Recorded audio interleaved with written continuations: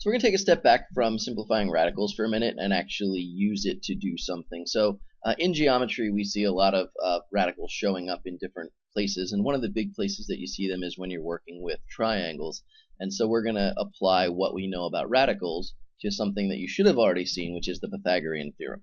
So I'm just going to remind you about some of the vocabulary and some of the things you'll be using with the Pythagorean theorem, and then we'll see how simplifying radicals applies to this. Okay, so the Pythagorean theorem uses right triangles, which I have right here, and I'm defining some of the key vocabulary. So first of all, the Pythagorean theorem only applies to right triangles, right? So a right triangle has to have one 90-degree angle, right? So if you take a look at my picture down here, I've labeled that 90-degree angle with that box in the corner. So if you ever see that box in the corner, that means that that is a 90-degree angle, and that has to be there for us to be able to use the Pythagorean theorem, okay? And then when we're talking about the parts of the triangle itself, we use some vocabulary for that. So the two sides that are around the right angle, the ones that create that right angle, right, in this case are B and A, I call those the legs of the triangle. And then the third side, which is across from the right angle itself, if I were to travel through this triangle over, I would hit side C, so I'd call that one the hypotenuse. Okay? So using that vocabulary, here's what the Pythagorean theorem says. If you do a squared plus b squared equals c squared, that's what you've heard. Okay? What this means is if you square each of the legs, okay, and you add those together, that will always be equal to the hypotenuse squared, and that's what we're going to do. Right? So we're going to do the Pythagorean theorem. We're going to use that to find, in this case, the missing hypotenuse of this right triangle.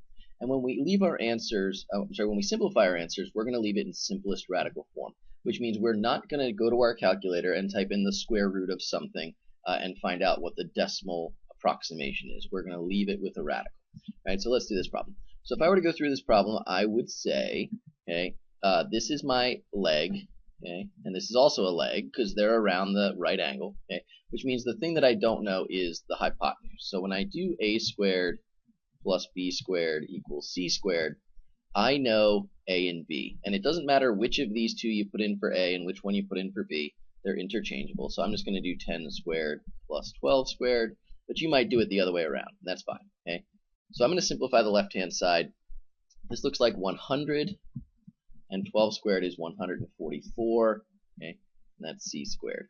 Well, I can add these together. Right, that's 244, and that's going to be c squared.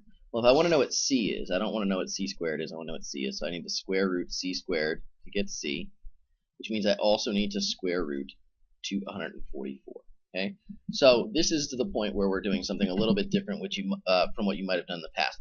We are not going to go to our calculator and type in the square root of 244 to figure out what the decimal approximation is. We're going to say 244 has a 4 in it, a perfect square of 4, okay, and it's multiplied by 61 to get 244. I know what the square root of 4 is. That's 2 square root of 61. And we are going to leave our answer just like this. Okay. This is because we do this so we don't have to round anything. If we took the square root of 61 and multiplied it by 2, we would get a rounded estimate, and we don't want to estimate. So we're going to leave our answer just like that in simplest radical form. So here are a few more examples of this. Right, so I'm giving you this triangle with A, B, and C. I'm telling you in this case that A is 6.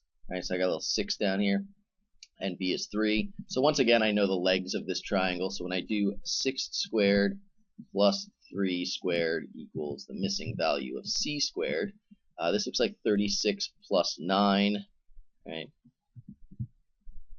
is c squared. Well, 36 and 9 is 45. Okay, so when I actually find c, I'm finding the square root of 45. But I'm not going to leave my answer as the square root of 45 because, remember, we said a simplified radical must not have any perfect squares in it. Square root of 45 turns into the square root of 9 times the square root of 5. Right, this is my c value. Okay, and I know the square root of 9 is 3. So I'm going to say this c value is going to be 3 times the square root of 5. Okay, and we can do this no matter what information we're given. So in the second example here, they give us a c value, and they're saying c is 10. Right, so when I plug in, I'm going to say a squared plus, I know b is 4, okay, and I know c is 10. Okay, so I'm going to plug that in as well. So when I simplify this, I'm going to have to just solve it a little bit different. So this is a squared plus 16 is equal to 100. I have to subtract this 16 over to the other side. a squared is equal to 84. Okay, so when I square root both sides, now I have to simplify the square root of 84. So let's do that right here. The square root of 84 looks like it has a 4 in it. It is the square root of 4 times the square root of 21. And I know the square root of 4 is 2 square root of 21. So I would say A, my leg, is 2 times the square root of 21 in simplest radical form. Okay. So again, if we were to take our square root, that would be 9 point something, but we're not going to round and say 9 point something. Okay. So here's your last example. These side lengths have radicals in them, so we have to just be careful when we do this. So I know A and B, so I'm going to plug in, it's going to be the square root of 3 squared plus 2 times the square root of 3 squared. That's my A squared plus B squared. I don't know C in this case, so I'll leave that as C. Okay. So if I square a square root, they cancel each other out. Those are opposites, and I'm just going to be left with 3. Okay. And this is the one I think we really have to be careful about. When I square this expression, I'm going to square both parts. 2 squared is 4 times the square root of 3 squared we just saw over here. That's 3. Okay. So now I can say this is 3 plus 12 is C squared. Well, 3 plus 12 is 15. Okay. So it looks like C is equal to the square root of 15. Let's do a quick check. The square root of 15 does not have any perfect squares in it, right? If I were to look at the factors of 15, that's 5 times 3. Nothing works. So I would say this is done. C is equal to the square root of 15, and I'm going to leave my answer just like that.